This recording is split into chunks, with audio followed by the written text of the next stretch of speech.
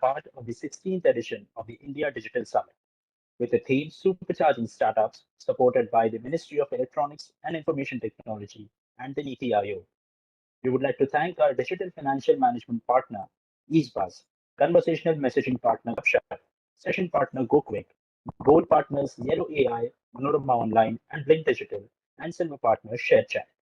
So without any further delay, it is my pleasure to introduce you to the moderator of this session, Mr. Anirudh Rastogi, founder and managing director at Ikigai Law. And now, please welcome the speaker for this session, Srimati Priyanka Chaturvedi, Member of Parliament, Rajya Sabha. I would request the attendees to type their questions in the chat box, and the panelists would address a selected few at the end of the session. I would request Mr. Rastogi to take over from here, please, and kickstart the session. Thank you, Sriraj, and welcome, Mrs. Chaturvedi. It's an absolute pleasure to have you here this afternoon. You don't need any introduction, and in fact, I've had the honor of speaking at length with you in the past about issues of emerging technology, and I can say that I've come across few members of parliament who share your curiosity when it comes to these emerging issues of technology and innovation. Very thrilled that we have you this afternoon speaking about this. And may I welcome you to kick this off with your keynote, after which we can move towards having questions and answers. Thank you so much, Anirudh. While I do begin my keynote, and I must begin thanking IAMI and 16th IDS for inviting me as the keynote speaker. But I'm of always the belief that all our questions, etc. I'm sorry. Am I visible? Am I visible? Okay, my No, phone has this habit of. Can you see my video? Well, now we can. Yes, you're back. You can. So it has this nasty habit of switching off for some time. I don't know why. Maybe the data is a problem. So I'd like to thank IMI for inviting me to be one of the keynote speakers. And I've always believed that more than speaking, it should always be a conversation, and a conversation of on issues which are emerging, which probably not many of us can grapple with. Not many of us are trying to understand, and sometimes we do feel that we are rudderless with the kind of pace that technology is seeing, the innovations that we are seeing. And by the time we think of, hey, we need a policy, till then technology has advanced 10 steps ahead. So how do we cope up and keep up with our policy making is something which continues to amaze me, and continues to also make me realize the importance of having to know about this space better, to be able to speak up on this cause better. I would like to begin with how technology has evolved over a period of time and how it has impacted our nation. With the advent of 21st century, the technology in our lives has become almost the norm, and how much of it is controlled in our lives, how much of our life it controls at this point in time is something that continues to evolve every single day. And as we move ahead, and as we see more transitions, as we see more adaptation of technology and digital spaces, we would need to be, I would say, totally clued in, as well as understand that we today stand at a tipping point as to how we adapt to it, and going to be the biggest challenge of humankind in terms of adaptability. As technology advances, I have written a few points, and I think I would want to bring this in as part of my keynote. So there are a lot of areas that we would see that where skilled people will become redundant, and we are seeing that happen with AI being a part of our lives these days. You look at Facebook, you look at Instagram. Facebook is now Meta. I'm sorry, but how algorithms totally control what you're watching, what you're reading, and how it collects data points on human lives and understands how human psyche works. They may not have the emotions, but their data collection ability and their ability to assess what a person wants to see, wants to watch, wants to speak, wants to read is something that is going to be important part of our lives. And many of our skills that we see skilled laborers are going to be redundant jobs in times to come. So we need to have policies that not just are scaling up to understanding technology, but also we ensure that we create policies and an ecosystem that speeds up our adaptation to innovation, to to technology, and to all the various platforms that it will introduce in the future. And India, I think, is blessed with a population which has shown tremendous, I would say, future in terms of data analysis, in terms of tech spaces. And that is why I totally believe that the people of this country would be able to lead the nation towards taking the lead position in technology innovation. But that can only happen if we are skilling up our people, we are creating an enabling environment, and we are creating an ecosystem that encourages innovation in tech spaces. So, like I said, Indian youth is showing promise. Indian generation has also, in various countries and various forms, are leading tech companies worldwide. And most of the big tech firms have shown, I would say, promise, and have also shown commitment, and also shown faith in India's ability and Indians' ability to take it to the next stage. So how do we ensure that India also matches up to the same skill and speed that other countries are showing, and how other countries are putting their faith on Indian technology, Indian engineers, Indian analysts who are betting big on this space? I would also like to quote Yuval Noah Harari, whose book I was recently reading, where he said biotech, fintech are going to be the biggest changers in the humankind in the 21st century, and how these algorithms will hack into the human mind and decide what is the kind of music they wish to hear, what is the movie they want to watch, and give choices to us. So there's a very interesting formula that he had put forward, which was B into C into D is equal to AHH, and that is the future he envisages. What is B? Talks about biological knowledge. What is C is the computing power. What is D is big data analysis, and what is AHH, which is ability to hack humans. So, while we are talking about tech in fintech spaces, like we've seen the advent of cryptocurrency, it has become a topic of massive discussion in India, where till now we were continuing to ignore the space. There is no policy in place. RBI began with banning it, Supreme Court overturned it, and I think Ikigai had a role to play in that. However, we still are far away from a policy, but we see a lot of young people are invested in digital currency. A lot of young people are also attracted to the idea of having invested in these spaces because they are promising them some high percentage of returns. Unfortunately, we don't have a policy in place. The policy needs to be, and I continue to bat for it as far as cryptocurrency is concerned, banning in India any kind of technology in an increasingly intertwined world is not an option for India anymore. Neither can we be the fence sitters just watching technology passes by or a new revolution passes by, and we just continue to wait and watch as to how the world is reacting to it. India would need to set these terms. India would need to take the lead. India would need to come up with policies which ensures that all the brain and the knowledge that we have and expertise that we are gathering is something that we ensure is part of the Indian GDP growth story, India's economic growth story. So when I speak about this, it also sounds when I listen to experts in this field, it sounds exciting, it sounds exhilarating, but it also makes me realize the fact that as stakeholders in India's policy making, while we understand these technologies, we also ensure that we are not just creating an enabling environment, we're creating an ecosystem, but we are also creating structures which can, I would say, spearhead these technologies, but at the same time, safeguard our nation, our economy, and its citizens from any, I would say, the negatives of technology and the advancing technology. I have some negatives. I have some points to make with regards to my concerns about this rapid technology that we are seeing in our lives and is becoming an important part of our digital India as more and more people go online. I talk about more people going online, we must understand it is not just the educated elite anymore. It is not just the literate population anymore. We have people who are semi-literate. We have people who are illiterate, who are also banking on technology and a mobile phone to be able to engage with the world.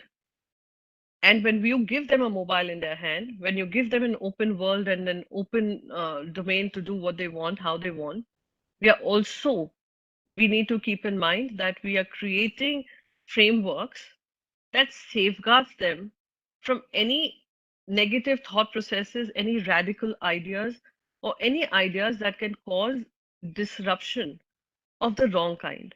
And that is what I think why the safeguards are needed and understanding of technology is needed.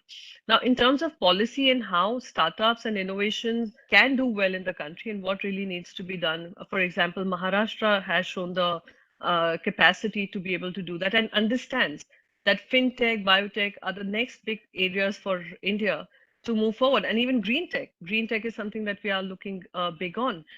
When I say fintech, of course, cryptocurrency forms a part of it, but there are various other methods and how finance can reach the various corners of this country to people who need it with ideas and in place through technology. We are ensuring that we reach out to the very last mile to be able to help them out through product innovations, etc. When I speak of biotech, I think India has already gone and proven to the world that it is the pharmacy to the world.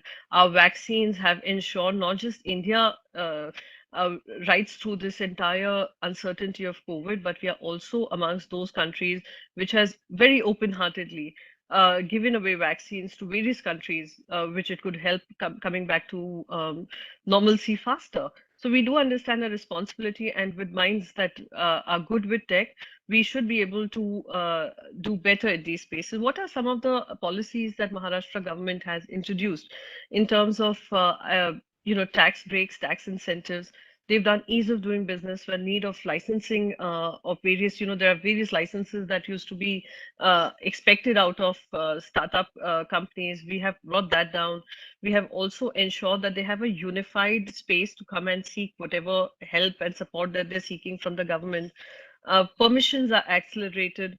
So, and then again, also with the workforce, I'm seeing more and more states becoming very regressive about the idea of who should be employed and who should not be employed. So we are also encouraging the idea of bringing your own labor force, because perhaps we, as governments, our job is to facilitate. Our job is not to bring in more, introducing more, I would say, government into these systems.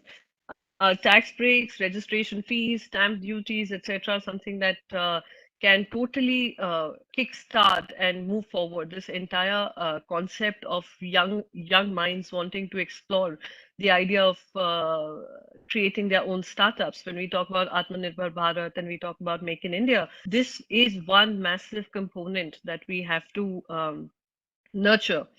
Now, the other challenge that I also touched upon is the young minds and how they are being impacted by technology. So today, a 5-year-old also has a mobile in their hand, but the 5-year-old is not being told what he can use, how he can use, and what are the sites he can access, what are the sites he cannot access. So the world is open to him, but a 5-year-old does not know how to grasp all the information that is coming forward. So he chooses to pick on information which perhaps suits him, which perhaps he understands, which he perhaps sees in his environment being spoken about. That could be encouraging, that could be motivating, that could also have its side effects. So my belief is that to ensure that we curb, technology being misused, we saw the recent incident of Sully deals and bully buy, where unfortunately those accused are really young. They're between 18 to 25 years of age, and they're heavily radicalized, and they're self-radicalized. Self-radicalized would mean that they have access to the technology. They have been reading upon stuff which perhaps promotes that same idea. Algorithms also promote in showing him that kind of content, and that is what perhaps leads to creating problems in terms of their own careers and the choices that they're making, not understanding the criminality of what they're doing. So maybe a digital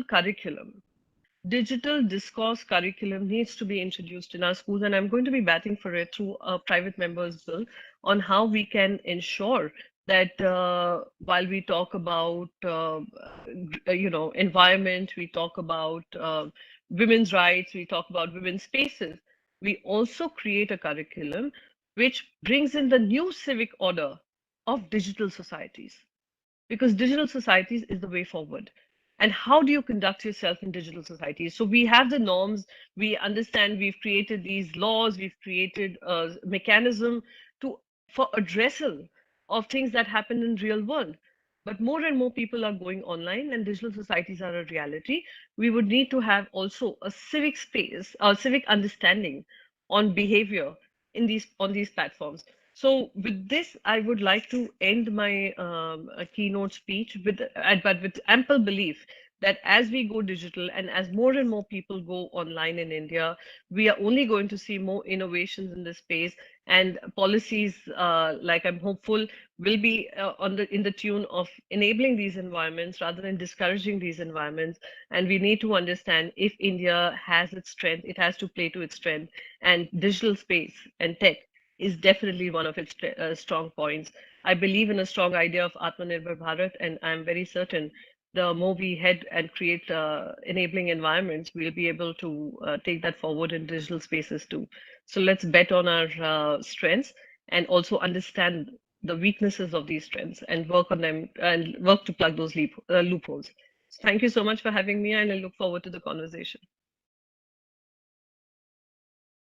Thank you, Mrs. Chaturvedi. This was very. I think you've covered several points in this conversation, and we'll time will be short to address each of these. But there's one thing that you mentioned quite emphatically, that a ban on technology is not an option anymore, and India needs to lead from the front.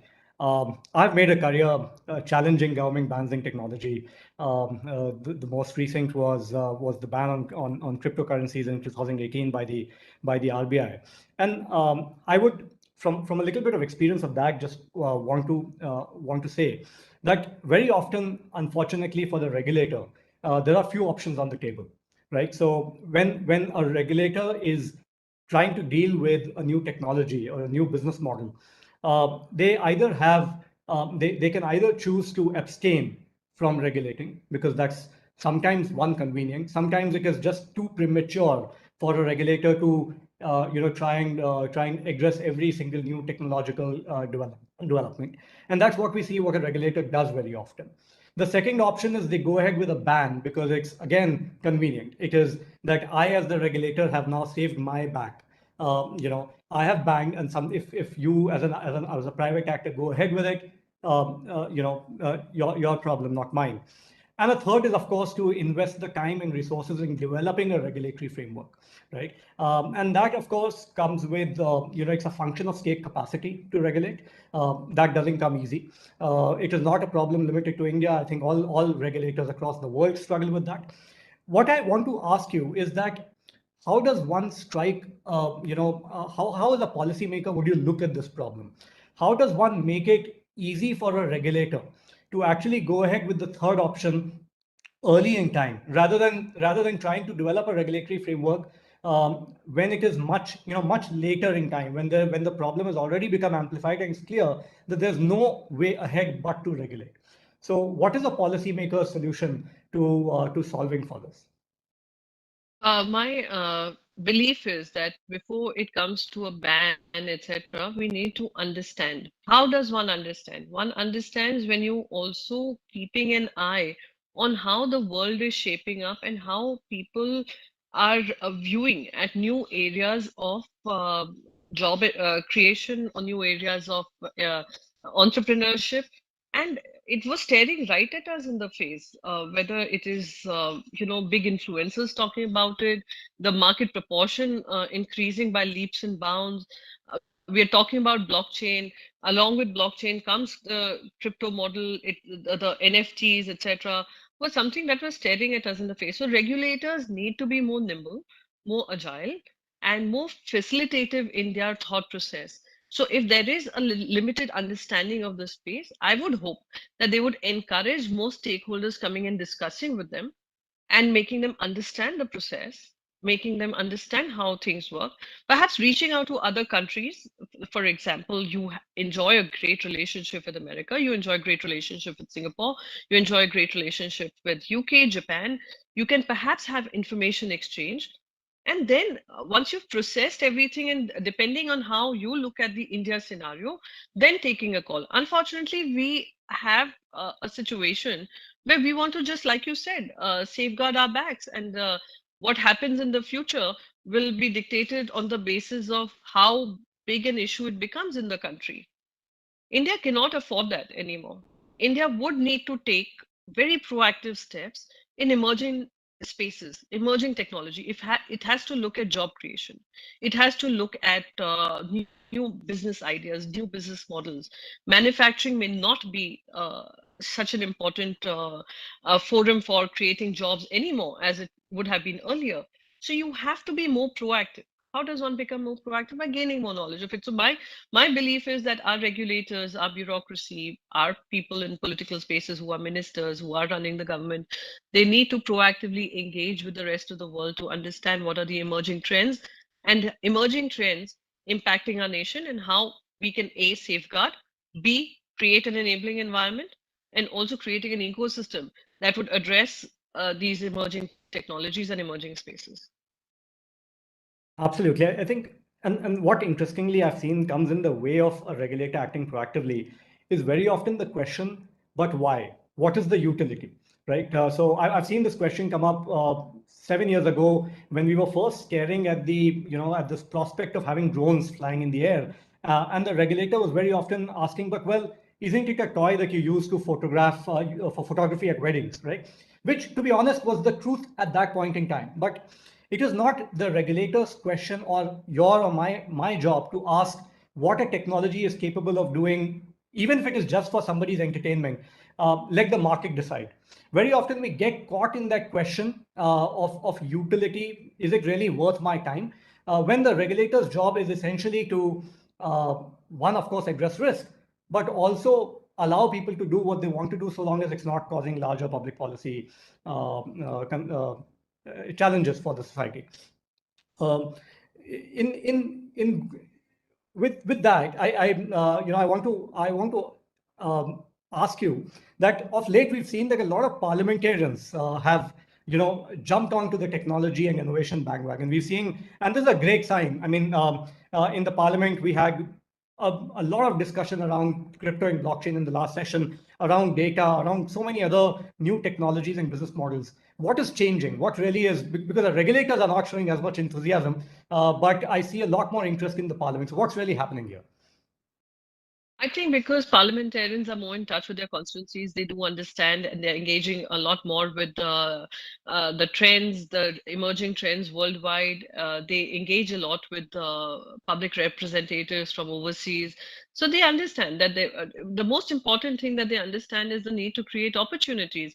If you do not create opportunities in your country, it is going to backfire as far as our economy is concerned, as far as the youth demographic dividend that we keep talking about is concerned. That's why they do realize that technology is playing an important role. We have been speaking about Digital India, we've been speaking about Atmanirbhar Bharat.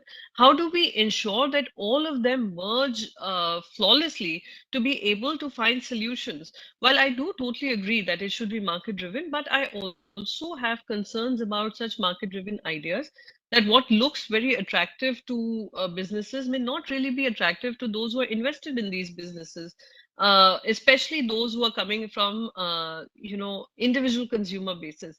So we need to have an idea of what we are getting into, and if there are opportunities in the market, if the market is seeking help, or market is looking at towards the government of the day to be able to address those concerns, the government should be well prepared, and the regulators should be well prepared to be able to address these concerns. Cannot come from a perspective of let's wait and watch. No, this is not possible. No, this would be disastrous for this nation. No, India cannot afford to look at that. No, we have to get out of this traditional mindset of going for the tried and tested models. We'll have to look at newer models, and technology happens to be one of them. And I'm assuming that that is the reason which is also creating more conversations as far as parliamentarians are concerned. Their points, their work, their speeches are a reflection of what their constituency wants them to see, to speak on. Well, that's very interesting and insightful that, maybe the reason is that the regulator typically looks to address and arrest risk, whereas a parliamentarian of course, concerned with that, but also at opportunities that you are, because ultimately you are accountable, a lot more accountable than the regulator is.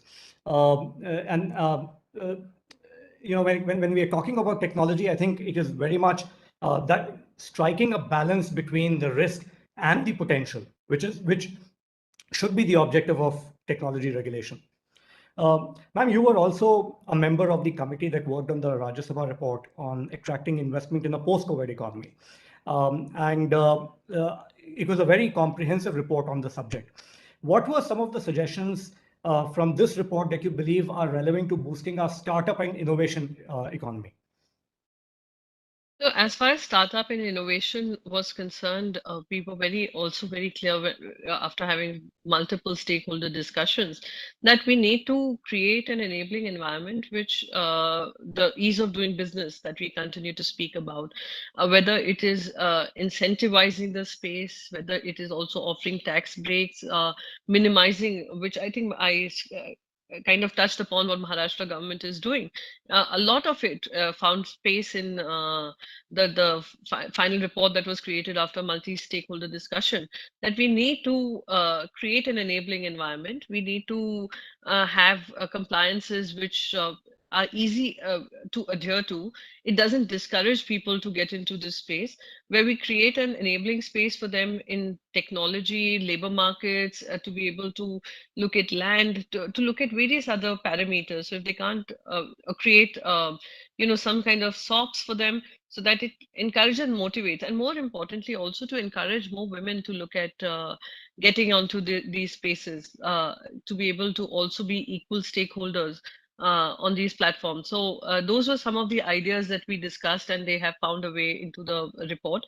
And I think if we manage to cut out the red tapeism that exists, despite us promising a lot of ease of doing business, if we can continue to reduce that minimal level of government, I would say, and talk more about governance, then I think it would be really, really helpful. Do you think these suggestions apply differently to attracting investment for the conventional economy as opposed to the innovation economy, or to a startups ecosystem? So startup ecosystem, of course, has something. Their ideas are, implementable, but the problems with that is not getting enough support from whether it is about financing, whether it is about compliances, etc. So those are easy to address. I wouldn't say easy in the sense that and if you compare it to other sectors that we're looking at, for example, manufacturing. Today, China has taken over most of the world, and in terms of manufacturing, their supply chains, etc., everything is dependent on China. So we also looked at those spaces, how we can reduce the dependency on countries which are totally monopolizing manufacturing, creating new supply chains, creating new alternate for other countries to look at India as a destination where they can get their work done. For example, there could be something different for even the toy industry. There could be something different for the handicraft industry, the handloom space. So every industry comes with its own challenges, and we need to ensure that those challenges are addressed to on the basis of their requirements rather than what governments think are their requirements. But for manufacturing and for various other industries, China, of course, has eaten up a whole lot of their markets, and that is what we were looking at, a post-COVID economy where dependency on China is reduced to quite a limit, and also making India an attractive destination for other countries who are looking at alternates to look at India as one of the hubs that they can, do business in. Absolutely. I'm going to pick up a question from the audience, and ma'am, you mentioned about some of the ill effects of technology briefly in your keynote. The question is, will putting limitations on the use of technology be helpful in tackling its ill use? And if so, then what are these? What is a framework for these limitations going to look like? Like I said, like I have an issue with banning. I also have an issue with regulating regulating platforms. I believe in educating. So where you educate your society, you educate your people, Like I said, when you're talking about civic sense in societies, you have to now talk about civic sense in digital societies and make them understand that there is criminality involved in certain behavior and that there could be some action that could come out of it. Then you can also explain to them how these spaces work and how to engage with people who you might be opposed to, who you might be in agreement with, uh, and also the impact of the influence networks that they set up. Those are things I would always say that educating them is extremely important. When you talk of regulation, I think regulation would also mean putting up safeguards on so when somebody is, let's say, entering a site which is not meant for them, you let them know that what you're doing could be lead to a problem.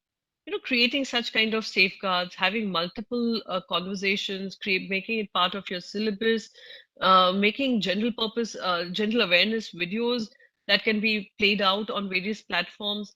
Those, I think, are the best way to educate the population. The more you regulate, the more you see the outburst of people's behavior in a way that you do not want to see. Sure. So cryptocurrency and blockchain regulation has been in discussion quite a bit of late, right? And if we could take that as a case study, what do you think could have been done differently so far to achieve a better balance between the regulatory concerns that we have and the need to promote innovation in startups? And bring this because this is really the dilemma that we as regulators or as policymakers face with every new technology, new business model. So how do you think the government could have addressed this over the years much better and struck a better balance? I think as soon as the Supreme Court overturned the RBI order of banning cryptocurrency, I think the government should have got cracking on creating a policy for crypto worldwide, whether it's the UK, whether it's Singapore, whether it's Japan. Uh, I think USA also has a very fluid guideline, but no guidelines set in stone as of now, which kind of understands how the market works. It's allowing it to work the way it wants to. But UK, Singapore, Japan are some of the countries which have a very progressive policy. So you could have started to look at these policies and how you can repurpose it to suit the Indian people better. The second problem that I saw with the total inaction on this front was mushrooming of various such cryptocurrency exchanges, which were fly-by-night operators. There was no control over them. There were promises of 1,000% returns, 2,000% returns. Young people getting attracted to this idea of the percentage of returns that you're getting, and the reason why it has reached rural areas is because today you don't have a savings account that gives you that kind of return. You don't have the stock market that gives you that kind of returns. You don't have your PPFs, etc., or fixed deposits that give you those kind of returns.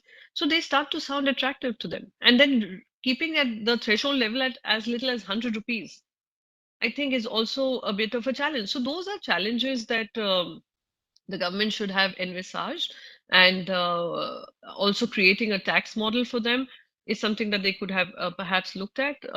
They could also, when they talk about there is no transparency, then I think there's nothing more transparent than a blockchain system, which ensures that till the last mile, everybody, how many hands have exchanged, let's say, a particular plot of land.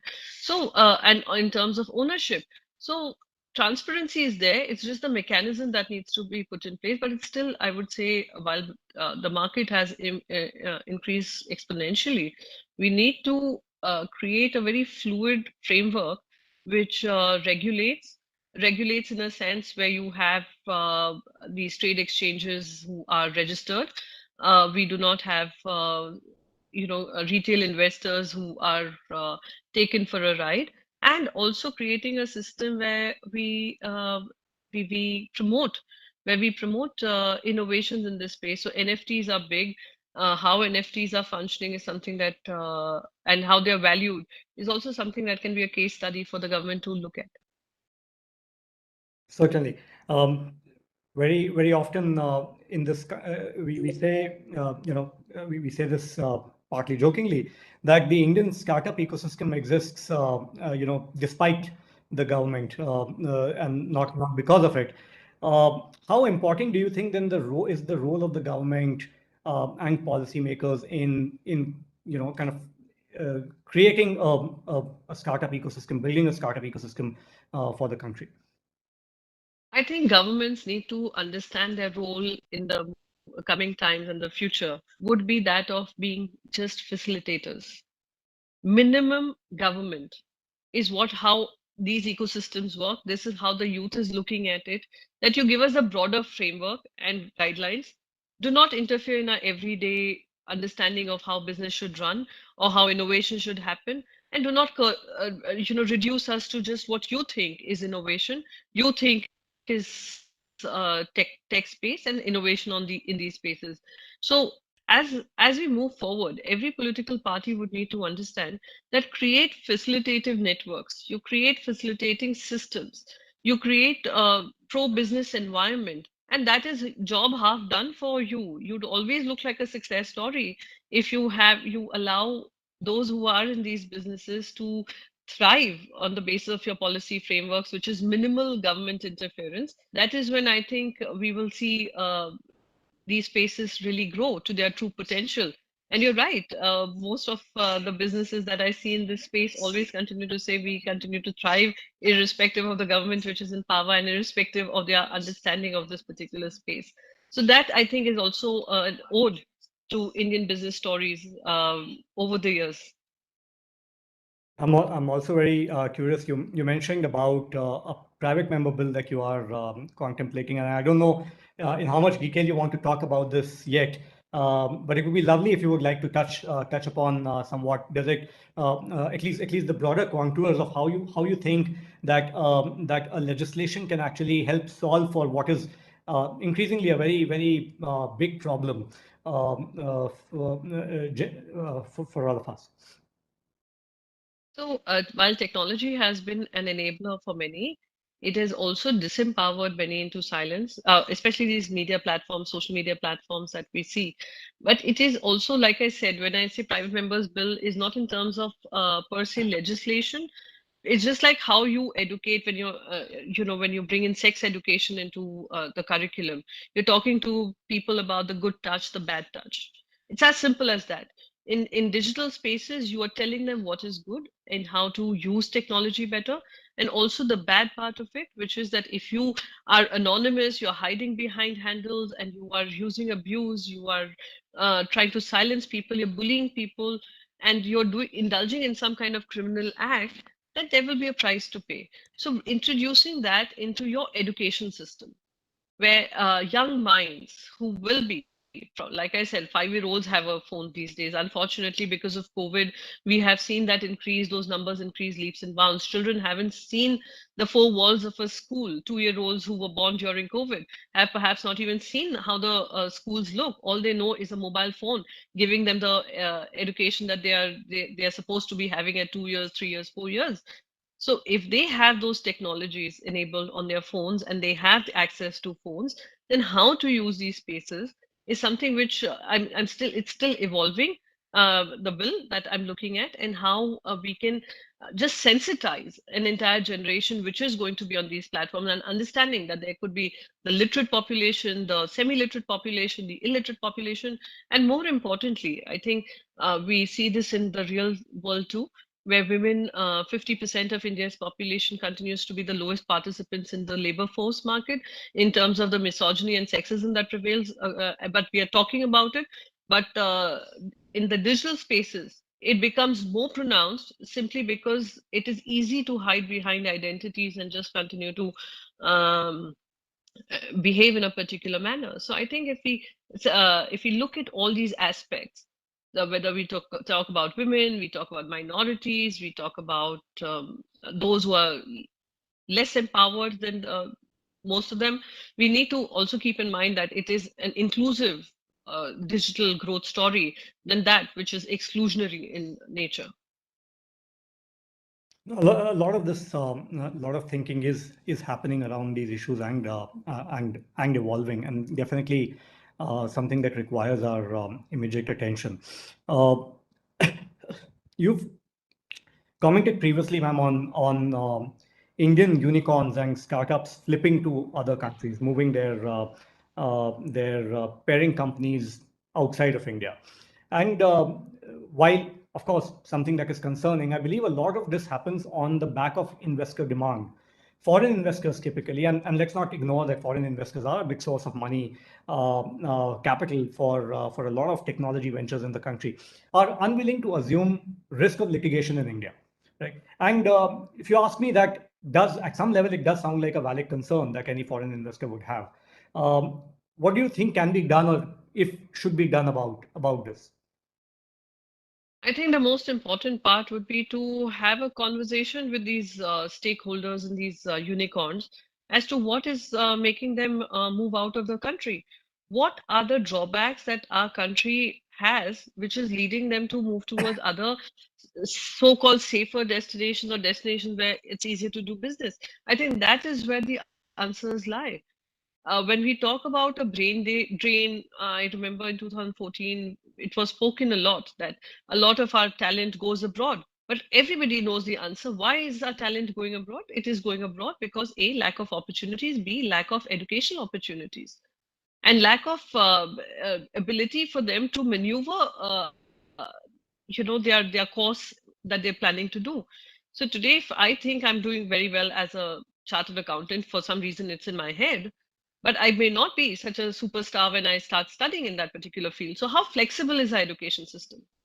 So those are concerns that can be addressed once you speak to the stakeholders.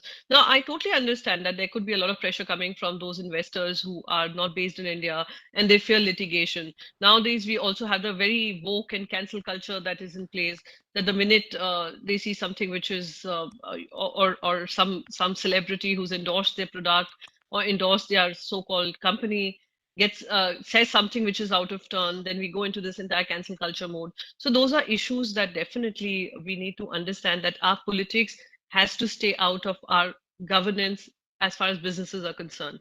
So those are a few things which I think we can perhaps address better if we are looking at ease of doing business in terms of the long lasting litigation impacts that happen. And there's so many people you have to answer to, so many licenses that you need to seek. It continues to be a huge problem, continues to challenge every business model that wants to work in India. Many of these people, foreign investors who come to India, also pack up and leave. For example, we are seeing a lot of that in the automobile industry. So we need to get to the root cause of it. And while we take pride in the creating these unicorns, we are not understanding that most of them are now registered abroad. Countries like Singapore, countries like Dubai, then we have USA.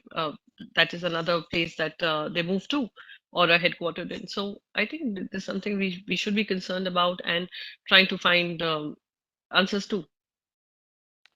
Thank you. I think with that we are at the end of time, and I'm really glad that we had the honor of having you for this discussion. You are truly one of the rare parliamentarians who can speak so comfortably on topics of emerging tech and new business. I think that's we need many more like you, representing these interests in the parliament. But my key takeaway, I think, and there are a few, but they all kind of point in one direction, which is it is important for the regulator to act early, act proactively.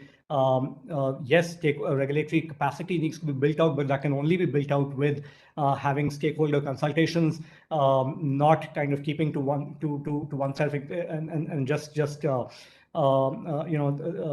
is important for these kind of emerging complex areas that good regulation will only be built out with the right kind of consultations, with wide consultations with a variety of stakeholders. So I think with that, I would like to end this discussion. Thank you very much for your time, and it's always a pleasure. Thank you. Thank you so much. Thank you, sir, and thank you, ma'am, for such an engaging discussion. It was indeed insightful, and I'm sure everyone must have had certain key takeaways from this session. And another thank you to all the attendees as well. Thank you so much, everyone. Stay safe and stay tuned for the next session. Thank you. Bye.